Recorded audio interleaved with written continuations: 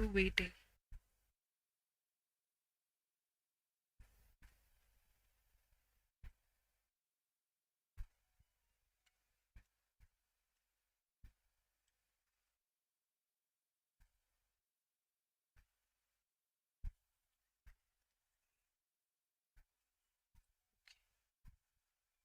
हाय everyone. So कैसे हो आप लोग सब? आज एनिमल टिश्यूज कल ही शुरू किया है and today I am there back again to continue with animal tissues. Okay, because ये जो चैप्टर है काफ़ी बढ़िया चैप्टर है एंड इट फॉर्म्स मोर और less the basic of entire bio, you can say specially zoology। आपको ये मालूम होना चाहिए कि टिश्यूज कैसे होते हैं, वो काम कैसे करते हैं एंड एक साथ उनका कोऑर्डिनेशन होता है, तब जाके पूरी सिस्टम काम करती है। राइट। सो अब हम लोग ने पहले लेक्चर में ये पढ़ा कि there are four main types of animal tissues, right? First one is the epithelial tissue. I will show you, this was what we have studied here, right? Four main types of animal tissues. The first one is epithelial tissue, जो आज हम start करेंगे. Second is connective tissue. Third is muscular tissue and fourth is nervous tissue. Okay, so अब ये जो epithelial tissue है इसके बारे में हमें पढ़ना है, पर वो जानने से ज़रा सा पहले एक छोटी चीज़ अंडरस्टैंड करेंगे and then we shall start up just get introduce to epithelial tissue. देखो, कल हम लोग ने ये पढ़ा, यानी कि लास्ट लेक्चर में हम लोग ने ये पढ़ा कि tissue is a group of cells with the same embryonic origin, same structure and same functions, right? So that is what is the tissue and the study of tissues is histology. अब हम किसी भी tissue की बात करें, कोई भी tissue हो, तो वहां पर सेल्स का आपस में जुड़ना जरूरी है, राइट? तब जाके वो एक साथ काम करेंगे। सो वो आपस में जुड़े रहने के लिए कौन सा सब्सटेंस होता है जो आपस में सेल्स को जोड़ता है और टिश्यू बनने में मदद होती है। So this is in general an idea. So let us से this is a case A। Imagine ये सेल्स है, इमेजिन कीजिएगा कि ये सेल्स है, it's a combination of cells, imagine, and let us take a case B। Here also you find cells arranged up। अब आप देख सकते हैं यहाँ पर कि सेल्स का आपस में जो अरेंजमेंट है वो जरा सा अलग अलग है, राइट? अब मैं ये नहीं बोल रही कि ये एपिथेलियल सेल है या nothing, I mean this is in general, I am not talking in particular about any animal cell. ठीक है। सो यहाँ पर मैंने सिर्फ दो केसेस लिए हुए, एक केस ए है एक केस बी है, दोनों में सेल्स दिखाई दे रहे, राइट? अब हम देखते हैं कि ए जो केस है इसमें आपको क्या समझ में आ रहा है कि सेल्स के बीच में जो जगह है वो काफी ज्यादा है, right? First thing, remember the space in between the cells is called as the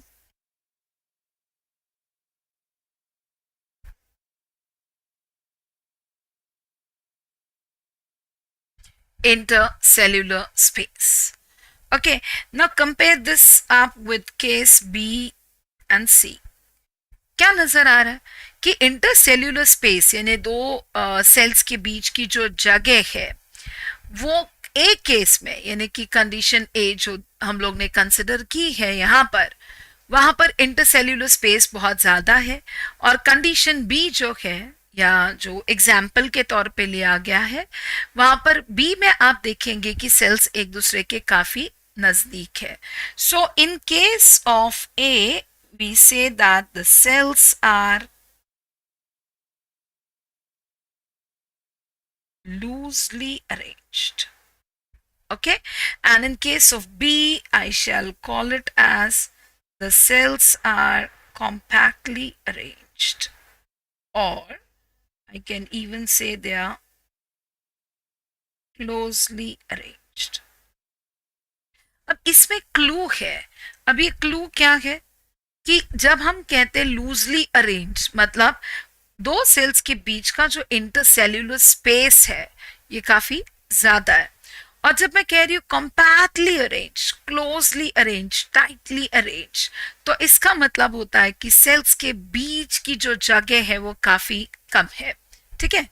अब क्या होता है, सेल्स अपने आजू बाजू में कोई एक विस्कस सब्सटेंस बनाते हैं सो दैट वो एक दूसरे से जुड़ जाए। ठीक है। सो इमेजिन कीजिएगा कि ये एक विस्कस सब्सटेंस है सेल्स के बाहर। विस्कस है, स्टिकी है। ओके, ये सेल्स के बाहर है, सेल्स खुद इसको बनाते हैं और ये जो सब्सटेंस है ये सेल्स को आपस में जोड़ता है। ठीक है। So imagine this.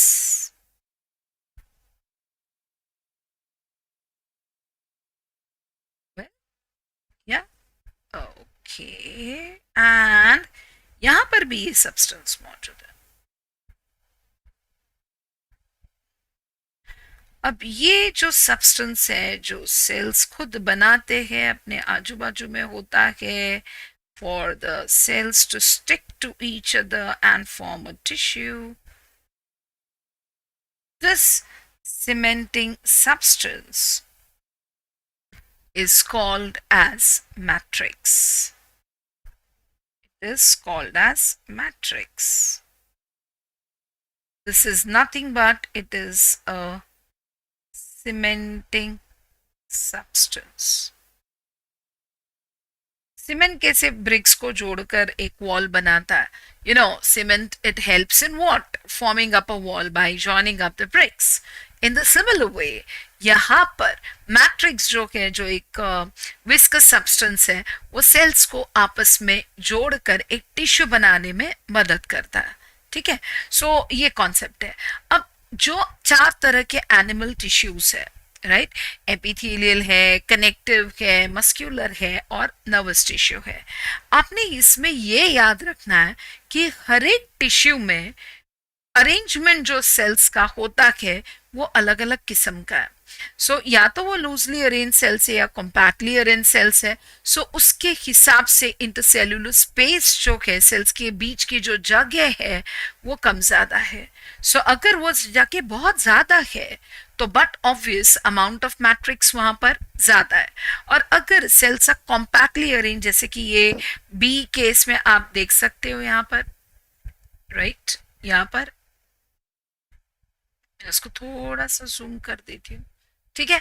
आपको क्या नजर आ रहा है कि यहाँ पर सेल्स एक दूसरे से काफी क्लोज है, नजदीक है। तो यहाँ पर इंटरसेल्यूलर स्पेस काफी कम है।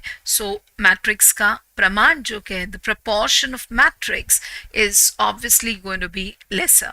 ऑल्सो रिमेंबर दैट द, मतलब यहाँ पर जो पॉइंट आपने याद रखना है, the amount of matrix and its chemical nature differs from one tissue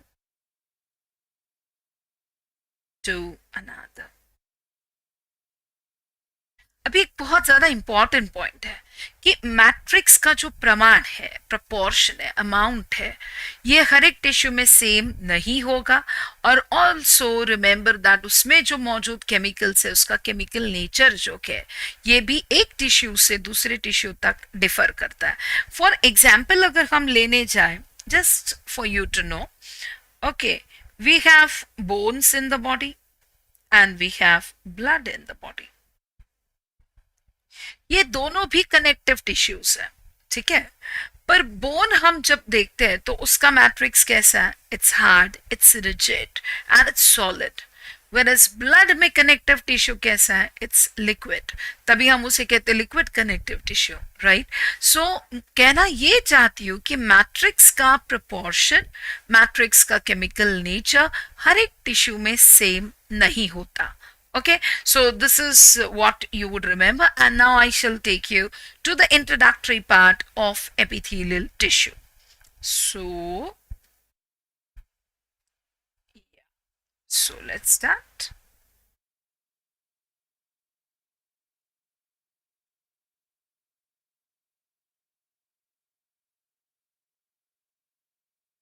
Epithelial tissues.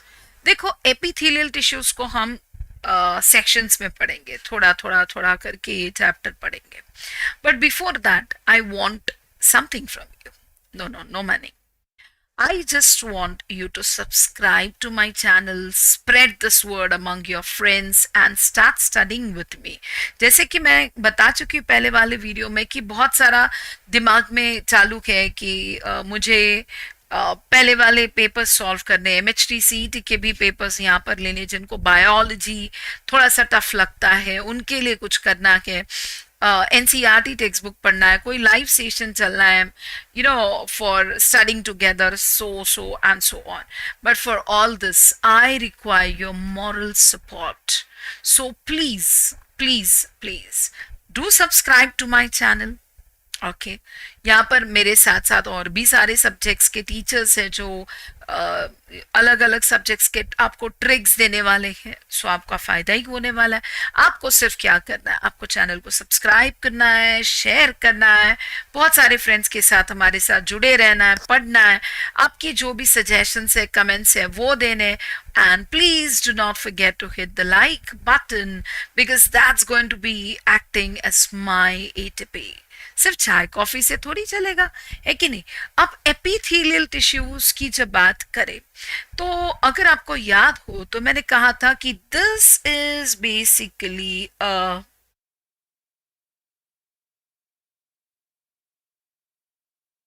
Covering tissue. Okay, this is basically a covering tissue. यानी ये क्या करता है, ये कवर बनाता है. May be the surface of the body, may be the surface of any organ, external surface या internal surface. ये सबसे पहला पॉइंट है.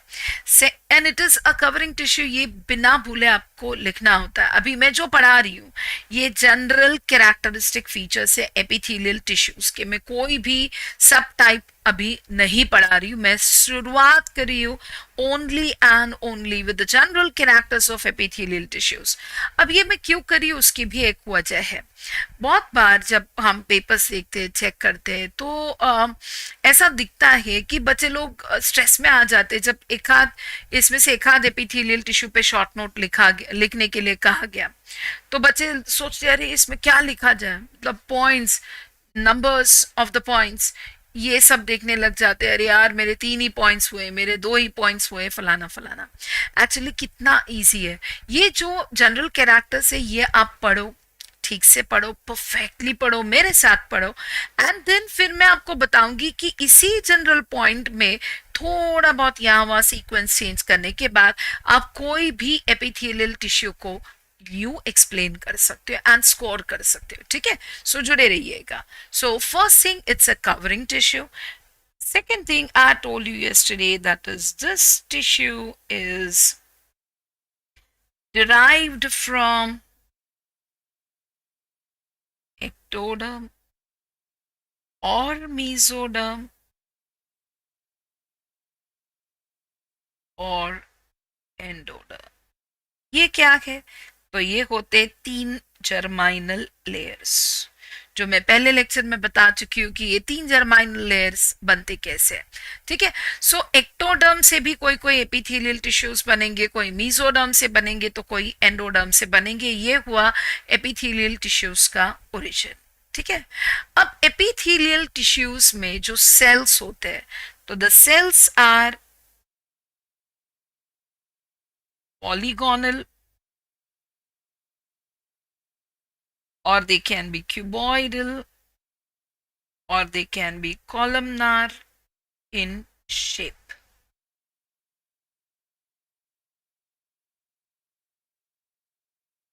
ओके अब इस पॉइंट को आपने याद रखना है कि अगर हम क्यूबॉइडल एपिथेलियम की बात कर रहे हैं तो इस पॉइंट को लिखते वक्त आपने सिर्फ इतना ही लिखना है कि the cells are cuboidal in shape and hence the name is cuboidal epithelium. ठीक है. अब coming to the next point here the cells are arranged on a non-cellular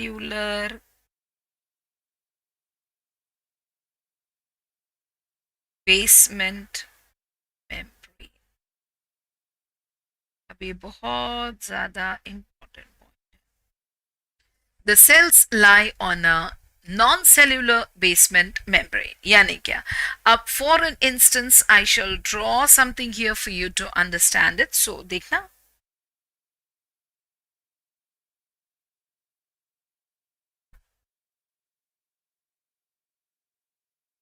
So let me say that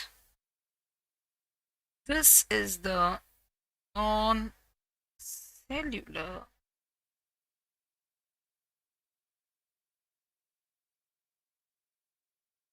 basement membrane. अब जब हम कहते हैं non cellular तो उसका मतलब क्या होता है कि इस बेसमेंट मेम्ब्रेन में सेल्स नहीं है. इस पर सेल्स बैठे हुए कौन से एपिथेलियल सेल्स. ओके अब ये नॉन सेल्यूलर बेसमेंट मेम्ब्रेन जो है ये बहुत ज्यादा इंपॉर्टेंट है. अब क्यों इसका भी एक एग्जाम्पल मैं देना चाहूंगी so that you really understand what is meant by being non cellular. सोचिएगा कि आपके हाथ में किसी ने ये ढेर सारी किताबें दे दी. चलो आप कॉलेज में हो या स्कूल में हो और your class teacher gives you one heap of books, one group of books, बहुत सारे books. Okay, and she tells you go and keep it in your classroom. अब आप जब क्लासरूम में जाते हो तो आप उन सब बुक्स को you keep it on a table. So when you are keeping it on a table तो क्या टेबल भी पेपर का बना हुआ है?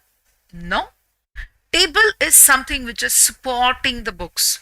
ठीक उसी तरह से इमेजिन कीजिएगा कि ये बेसमेंट मेम्ब्रेन जो है ये टेबल की तरह काम कर रहा है और ये क्या करेगा तो ये सेल्स को सपोर्ट करेगा. So let me draw some cells and make you understand it a bit better.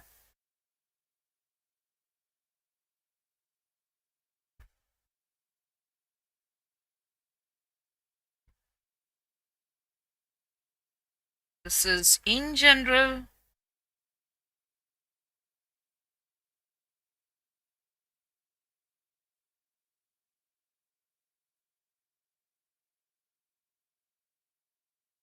Okay so आपको क्या नजर आ रहा है कि यहां पर जो सेल्स है, लेट मी से दीज आर द सेल्स, ये किस पे बैठे हुए हैं? तो बेसमेंट मेम्ब्रेन पर. अब आप सोचेंगे कि बेसमेंट मेम्ब्रेन इतना क्यों इंपॉर्टेंट है तो देखते बेसमेंट मेम्ब्रेन क्यों इंपॉर्टेंट है. Let me tell you the significance of this basement membrane. The basement membrane, first thing, it provides support to the cells. Okay सबसे पहला काम क्या किया है बेसमेंट मेम्ब्रेन ने तो सेल्स को सपोर्ट किया. ठीक है. अब दूसरी इंपॉर्टेंट बात जो है कि basement membrane helps in transport and exchange of substances. Okay अब ये पॉइंट इंपॉर्टेंट क्यों है क्योंकि there is another property of epithelial tissue. Let me first note this down. ये जो प्रॉपर्टी है एपिथेलियल टिश्यू की वो ये है कि दिस टिश्यू इज अवैस्कुलर. अब जब मैं कह रही हूं अवैस्कुलर यानी it is without blood vessels, यानी इस टिश्यू के अंदर कोई भी ब्लड वेसल्स नहीं जाते। अब सवाल ये है, हमें पता है कि blood is definitely essential, the supply of blood to each and every cell is essential. क्यों इसेंशियल है? क्योंकि हर एक सेल को जिंदा रहने के लिए ऑक्सीजन चाहिए और ग्लूकोज भी चाहिए। ये कौन पहुंचाता है? तो ये पहुंचाया जाता है हर एक सेल की तरफ वाया ब्लड। इसीलिए ब्लड यहां पर इस टिश्यू में जाना उतना ही जरूरी है। अब फ्रेंड्स, आप याद रखिएगा कि जितना जरूरी है ऑक्सीजन अंदर जाना, उतना ही जरूरी है कार्बन डाइऑक्साइड बाहर फेंका जाना। जितना जरूरी है ग्लूकोज अंदर जाना, उतना ही जरूरी होता है वेस्ट प्रोडक्ट्स बाहर जाना। सो ये जो ट्रांसपोर्ट का काम क्या है, ये नॉर्मली हर एक टिश्यू में कौन निभाता है? तो ब्लड। पर यहां पर इस टिश्यू में ब्लड वेसल्स तो है ही नहीं। अब ब्लड वेसल्स नहीं है तो क्या ये सेल्स मर जाते हैं? No, they are alive, right. अब ये अलाइव है, मतलब ये हुआ कि यहाँ पर ब्लड का, भले ब्लड वेसल्स अंदर नहीं है पर ब्लड का काम कोई निभा रहा है। तो वो कौन निभा रहा है? तो दैट्स द बेसमेंट मेम्ब्रेन। सो नीचे बेसमेंट मेम्ब्रेन के होगा कनेक्टिव टिश्यू, ब्लड होगा, ब्लड कैपिलरीज होंगे, उससे डिफ्यूजन हो पाएगा, और उससे जब डिफ्यूजन हो पाएगा it will cross the basement membrane, enter the cells, release out oxygen, release out glucose, and take away the waste products, take away the carbon dioxide, and pour it back in the blood. सो इसीलिए मैंने कहा कि the basement membrane is very very important. ये तो support का काम कर ही रहा है, पर साथ में it helps in transport and exchange of substances. अब और एक छोटी सी चीज बताना चाहूंगी जो अपने टेक्स्ट बुक्स में लिखी हुई नहीं है। Okay, it's not mention in the text books, so please remember. Okay, ये जो बेसमेंट मेम्ब्रेन है,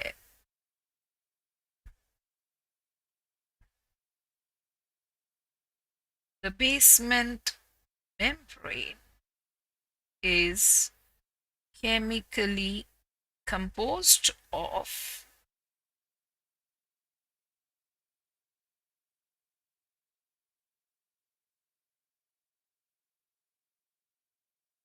polysaccharides, collagen fibers, ग्लाइकोप्रोटीन्स। और उसको याद रखने के लिए आपने सिंपल चीज याद रख सकते हो, ओको जी। पबजी तो खेल रहे हो, बहुत दुनिया खेल रही थी पबजी। पबजी खेल के तो लोगों का कॉन्फिडेंस यूं बढ़ गया था, जैसे अभी पबजी में बहुत कुछ उस गेम में पा लिया तो जैसे मिलिट्री में ही भर्ती हो जाएंगे। तो वो सब ये ना, ये सब जो क्लटर है ये निकाल दो 11th-12th में। You should be focused on NEET या JEE या जो भी आपका ड्रीम रहा होगा। सो पबजी की जगह पे आप याद रखेंगे पोको जी। अब ये पोको जी क्या है? PO पो for polysaccharides, CO so for CO को for collagen, and G for glycoproteins. ये इस बेसमेंट मेम्ब्रेन का केमिकल कॉम्पोजिशन है जो टेक्स्ट बुक में लिखा हुआ नहीं है। सो आई शेल से कि this point is a very very important point in terms of NEET. अरे मैंने क्या कर दिया? हाँ, okay okay.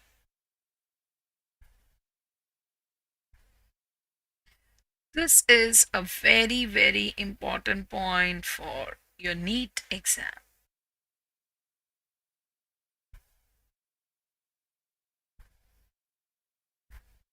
Okay, very very important point for NEET exam. ठीक है, ये टेक्स्ट बुक में नहीं है, बार बार बोल रही हूँ। मतलब एक्सपेक्टेशन इतना ही है कि आप खुद का सिनॉप्सिस बनाइएगा कोई भी चैप्टर को लेकर। Okay, and note these points which are not really there in your text books, but आपको शायद मालूम होगा कि नीट में ज्यादातर क्वेश्चन NCERT टेक्स्ट बुक से ही आते हैं, पर थोड़े बहुत क्वेश्चंस जो सिलेबस पर बेस्ड है पर टेक्स्ट बुक में नहीं है, ऐसे भी होते हैं। तो ये जो इंफॉर्मेशन है ये ऐसे क्वेश्चंस को सॉल्व करने के लिए, एंड जैसे मैंने कहा कि आप मुझसे जुड़े रहिएगा, I'm planning for, solving up online MCQs, छोटे टॉपिक पे ही MCQs. जैसे कि अगर अपना एपिथेलियल टिश्यू हो जाता है, अगर आप चाहे तो सिर्फ एपिथेलियल टिश्यू पे हम एमसीक्यू सॉल्व करेंगे कुछ, फिर नेक्स्ट इश्यू पढ़ेंगे, नेक्स्ट इश्यू पे एमसीक्यूज, फिर नेक्स्ट इश्यू पढ़ेंगे, ऐसे करते करते पूरा चैप्टर जब हो जाएगा तो सब चैप्टर के मिलके भी एमसीक्यूज हम सॉल्व कर सकते हैं. ये आपकी स्ट्रैटेजी होनी चाहिए पढ़ने के लिए, ठीक है. और अगर आप चाहते हो कि मैं उसमें आपको हेल्प करूं तो सिर्फ और सिर्फ आपको सब्सक्राइब करना है, कमेंट करना है, आपके सजेशंस देने हैं. सो आपको जो चाहिए होगा वो मुझे देना है. Okay, and as I said, I want many more doctors to be there joining up the legacy of these next to God people. I shall really salute all the doctors, not just doctors, the entire medical staff. Nurses भी है, वो भी बेचारे कितने काम करते हैं. और इतना तो क्या बोल सकते हैं कि हम कर ही सकते हैं. We can't really directly go and fight on the COVID front. I can't go and fight on the borders like the soldiers who are doing a great job, right? पर एटलीस्ट ये करके अगर थोड़े से मेरे बच्चे, थोड़े कोई बच्चे मेडिकल ज्वाइन करे तो बहुत खुशी होगी. ठीक है, सपना है मेरा कि बहुत सारे बच्चे मेडिकल स्ट्रीम को ज्वाइन करे, पैरामेडिकल स्ट्रीम को ज्वाइन करे और become what you can say the saviors. Okay, so इसमें एक छोटी सी मदद मैं करना चाहती हूँ, इसीलिए चैनल का पर्पस है. हम करना चाहते, मेरी पूरी टीम है जो हम पढ़ाना चाहते हैं यहाँ पर इस प्लेटफॉर्म पर. Okay, and I want you to be just and just hooked on to us. And please do not forget to subscribe. Do hit the like button. Give your suggestions, your comments, and we are definitely waiting for them. Okay, getting back to the general properties of epithelial tissue. सबसे पहला point था it's a covering tissue. Second point था the epithelial tissues are either derived from the ectoderm or mesoderm or endoderm. Third point tha the cells could be polygonal, cuboidal, columnar in shape. Fourth point tha the cells are arranged in a non-cellular basement membrane. Udhar hi aap likh sakte ho, the basement membrane provides support to the cells. The basement membrane also helps in transport and exchange of substances. और ये basement membrane क्यों कर रहा है? क्योंकि this tissue is avascular. Now also remember that भले ये tissue avascular है, यानी इसमें blood vessels नहीं है, but इस tissue में nerves, definitely nerve endings जाते हैं. We say that nervous innervation is definitely seen. Okay, coming to the next point, the cells are compactly arranged. यानी एपिथेलियल टिश्यू के कोई भी सब टाइप्स होने दो, सेल्स कैसे दिख रहे, एकदम एकदम compactly arrange, closely arrange. Compactly arrange या क्लोजली अरेंज, आप कोई भी वर्ड वहां पर इस्तेमाल कर सकते हैं. जब सेल्स कॉम्पैक्टली अरेंज, सो इससे दूसरा जो पॉइंट समझ में आता है, that is the intercellular spaces are reduced. So the amount of matrix is less. बराबर. ये दोनों पॉइंट्स एक दूसरे से जुड़े हुए, रादर तीन पॉइंट्स कह सकते हैं. सेल्स बहुत ज्यादा कॉम्पैक्ट है, सो इंटरसेल्युलर स्पेसेस छोटे हैं, सो मैट्रिक्स का प्रमाण यहाँ पर कम है. अब अगर इस एग्जाम्पल के तौर पे लिया गया जो डायग्राम है, जो टिपिकल एपिथेलियल टिश्यू के लिए मैंने ड्रॉ किया हुआ है, ये आप क्या देख रहे हो, व्हाट इज दिस? तो this is the cell membrane. बराबर, it's a cell membrane. Okay, अब कई बार क्या होता है, बच्चे मिस्टेक कर देते हैं, बिंदास लिखते सेल वॉल. सेल वॉल कहां से आएगा? Animal cells do not have cell wall. So आपने बाकी सब कुछ डिस्क्रिप्शन एकदम फाइन टकाटक लिखा है, पर डायग्राम में सेल मेम्ब्रेन की जगह पे आप सेल वॉल लिख दो तो मेरे जैसे कोई खड़ूस टीचर होगी तो बट ऑब्वियस वहां पर आपका आधा मार्क कटेगा। आप बोलोगे इतना सब कुछ लिखा है, फुल स्केप भर के लिखा, इतने पॉइंट्स लिखे, फिर भी मार्क्स क्यों कटे? क्योंकि ये याद रखिएगा कि animal cells do not have a cell wall but they do have a cell membrane. ठीक है। Also you find they have a prominent nucleus, more or less oval and more or less at the center of the cell. ठीक है। सो ये है general properties. इसमें और एक पॉइंट भी हम ऐड कर देते। we have already introduced this property, and the property is the epithelial tissue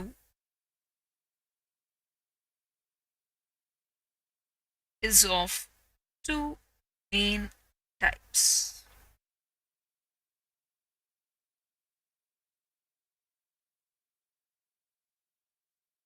The simple epithelium and the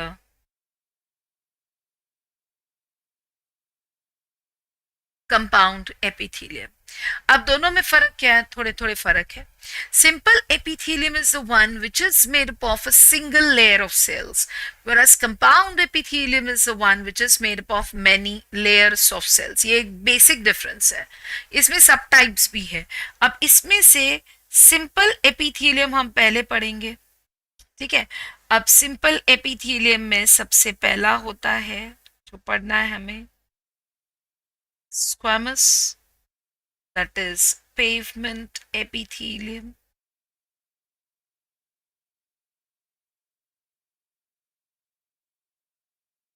दूसरा होता है क्यूबॉइडल एपिथेलियम। तीसरा होता है columnar epithelium. Fourth I can say ciliated epithelium, germinal epithelium,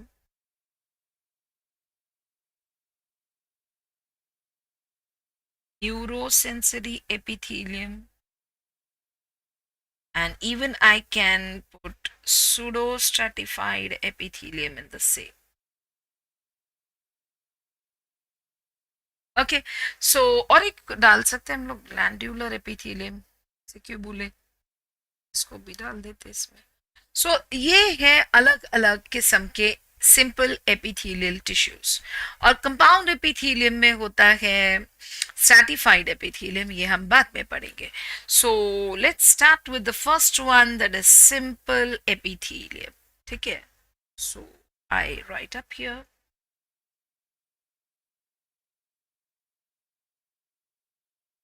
I'm starting simple epithelium. Okay. अब simple epithelium में सबसे पहला हम पढ़ेंगे squamous epithelium, also called as the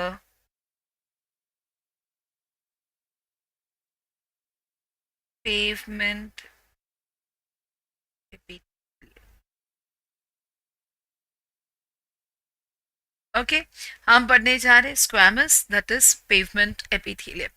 अब जब भी आप कोई भी टिश्यू को एक्सप्लेन करते हो, ओके, एग्जाम्स में, तो आपने ये याद रखना है कि एग्जाम्स में जब आप उस टिश्यू को एक्सप्लेन करते हो, आपको 4 पॉइंट्स में उसे एक्सप्लेन करना होता है। First one is its location, कि वो एपिथेलियल टिश्यू जो है वो बॉडी में कहाँ पर नजर आता है। सेकंड जो आपने एक्सप्लेन करना होता है वो उसका स्ट्रक्चर, थर्ड उसके फंक्शंस, एंड फोर्थ ऑब्वियसली उसका diagram. So let us start with simple, that is squamous epithelium, which is also called as a pavement epithelium. Okay.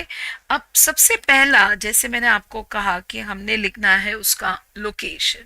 So this epithelium is mainly found in the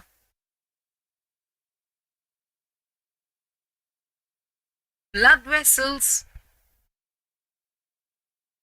alveoli and the coelom.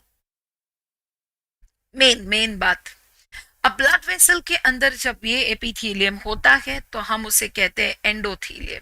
ठीक है.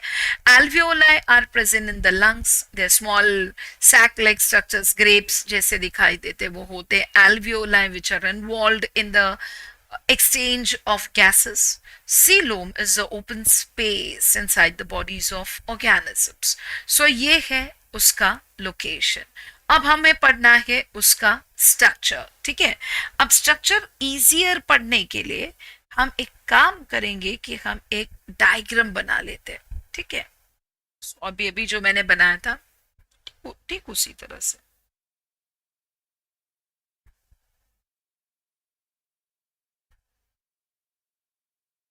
Okay. एक diagram बना लेते हैं.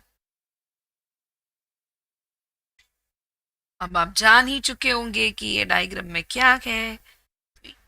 यहाँ पर मैं लिखूंगी नॉन सेल्यूलर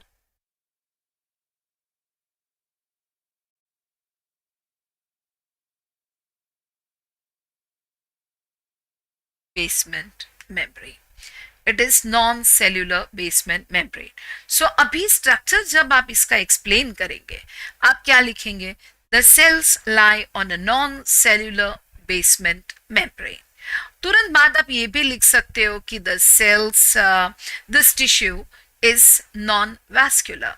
राइट. जैसे मैं पहले बता चुकी हूँ कि this tissue is non vascular और अदर अवैस्कुलर यानी it is without blood vessels. अब आप बोलेंगे फाउंड इन ब्लड वेसल्स लिखा और आप बोल रही है विदाउट ब्लड वेसल्स.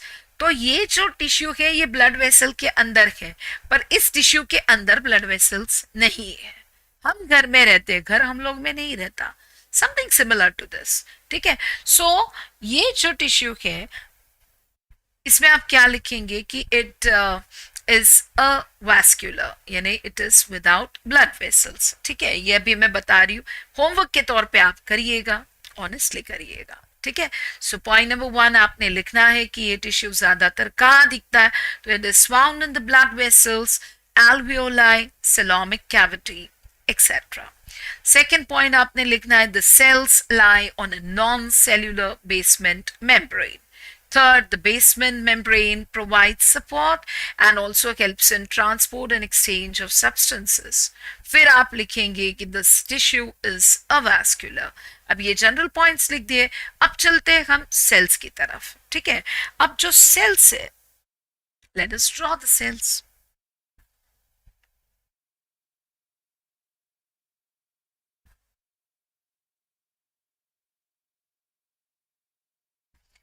Okay.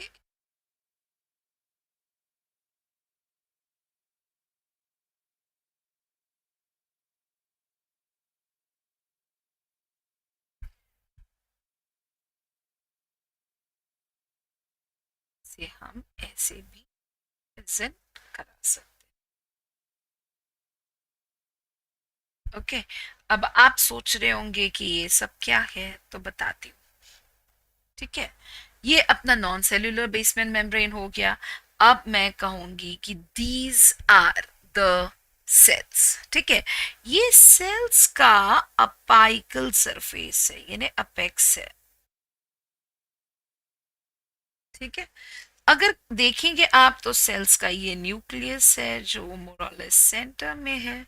और एक परफेक्ट अगर आप एक बात देखते हो तो आपको ये नजर आएगा कि इस पर्टिकुलर टिश्यू के जो सेल्स है ये पॉलीगोनल तो है ही बट इनका जो मार्जिन है ये सिरेटेड है. सिरेटेड मार्जिन यानी जिगजैग मार्जिन ये इनकी खासियत है. ऐसे ऐसे. ठीक है. सो zigzag margin या serrated margin. तो आप लिखेंगे the cells are polygonal in shape with serrated margin. Very very important point. I would better note it here. Cells are polygonal with serrated.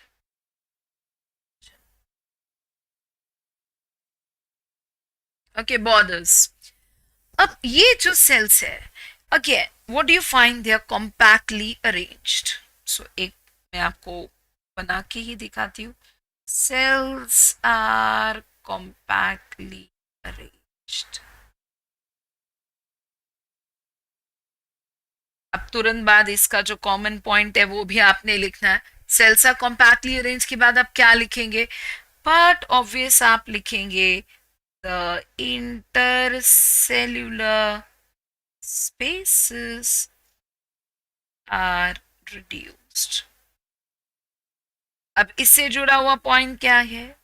Intercellular spaces are reduced के साथ जुड़ा हुआ point है amount of matrix is less. So यहां मैं लिख रही हूं amount of matrix is less.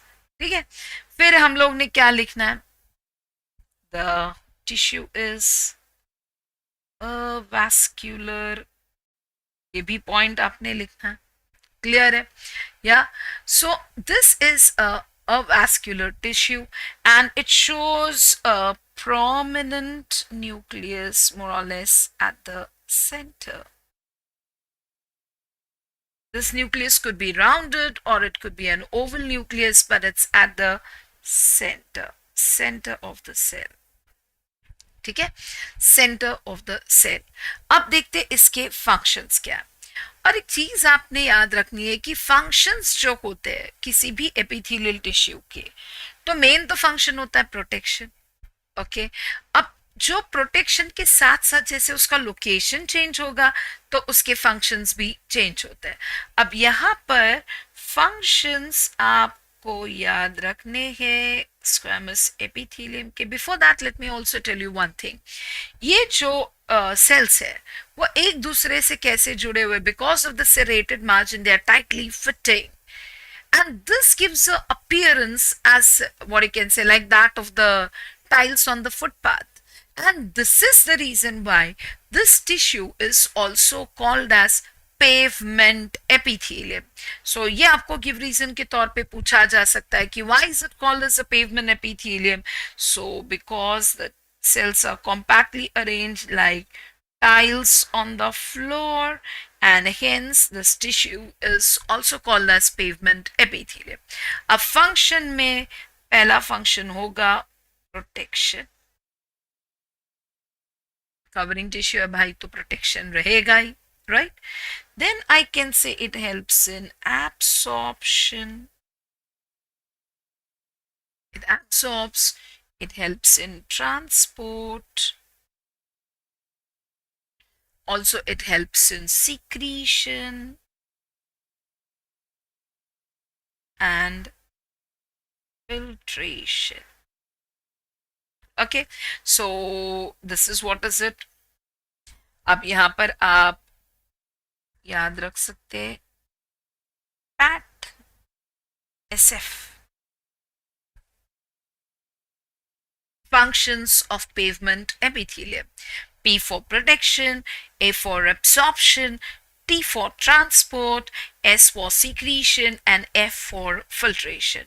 So squamous और pavement epithelium को याद रखने के लिए आपने याद रखना है PAT SF. ठीक है, आपको कुछ और इसमें चेंजेस करने होंगे और अपना खुद का निमोनिक्स कुछ बनवाना होगा तो वो भी आप कर सकते हो. आप फैट एसपी भी लिख सकते हो, फैट एसपी. ठीक है, आपके हिसाब से. But these are the functions to be kept in mind. So this is the first type of, you can say, simple epithelium. Okay, the first type of simple epithelium. अब अगर हम बात करें about the next type, that is cuboidal epithelium. चलो एक छोटा सा और जाते जाते cuboidal epithelium भी पढ़ा लेती हूँ. ओके, हमें पढ़ना है cuboidal epithelium. अब let us first put up a heading. This is the second type.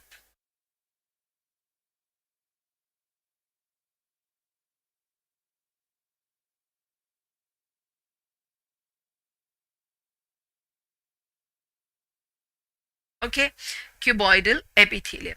अब जैसे मैंने आपको पहले ही कहा था, क्या कहा था कि कोई भी टिश्यू एक्सप्लेन करते वक्त सबसे पहला आपने लिखना है उसका लोकेशन. तो क्यूबॉइडल एपिथेलियम कहाँ होता है? Where is it found inside the body? So it is found in the lining of the pancreatic duct, यानी पैनक्रियास से जो लग के छोटा सा डक्ट यानी कि पाइप होता है. It is also found in the salivary duct, salivary gland से निकलने वाले ducts, and it is also found in the proximal and distal convoluted tubules of the nephron. Convoluted tubules of nephron. आपको तो पता रहेगा nephrons are present in the kidney. Okay, ये समझो nephron है. ठीक है, तो ये वाला जो पोर्शन है नेफ्रॉन का, दिस इज पीसीटी, और ये वाला जो पोर्शन है यहां से यहां तक, that is DCT. DCT. Okay, so यहां पर भी क्यूबॉइडल एपिथेलियम पाया जाता है. अब नेक्स्ट उसका स्ट्रक्चर हम पढ़ेंगे. तो जैसे मैंने आपको कहा कि जो बेसिक पॉइंट्स है एपिथेलियल टिश्यू के वो आपने याद रखने हैं. ओके, सो शुरू करेंगे. फर्स्ट क्या आएगा? The cells lie on a non-cellular basement membrane. So यहाँ पर ये है आपका basement. ठीक है, अब सेकंड पॉइंट क्या रहेगा कि ये जो टिश्यू है इसमें सेल्स कैसे दिखते हैं.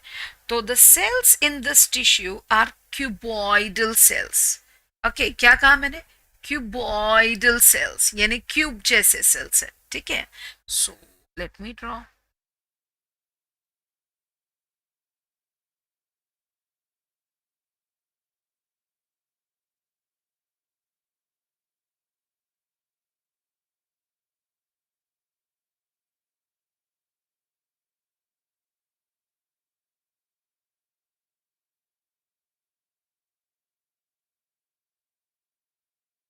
ओके, इसको आप ऐसे ड्रॉ कर सकते हो. It will look like this in the surface.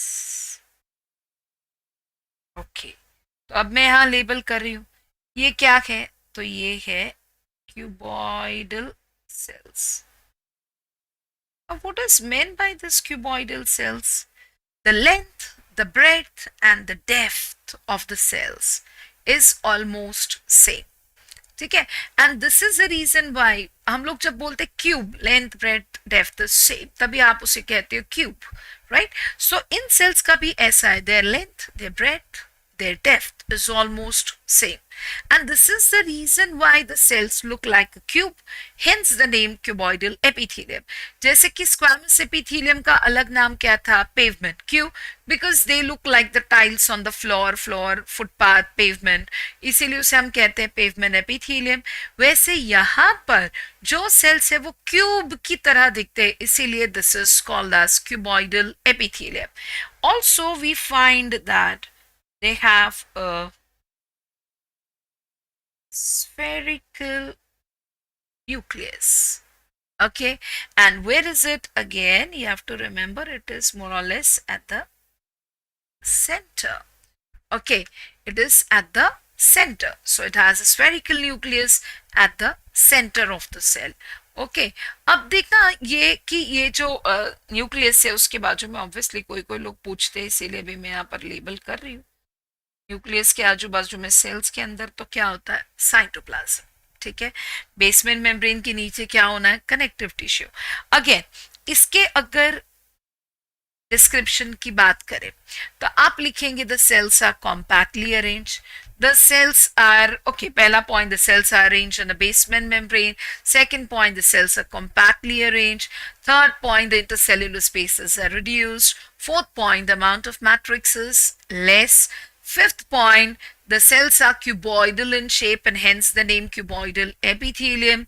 Then the next point, they have a nucleus, spherical nucleus kaho, at the center of the cell. Then you will say कि like intercellular spaces, ये तो point हो गया. फिर आप लिखेंगे yes the tissue is avascular. Okay, but the connective tissue present below the basement membrane serves a purpose. Okay, now coming to its functions.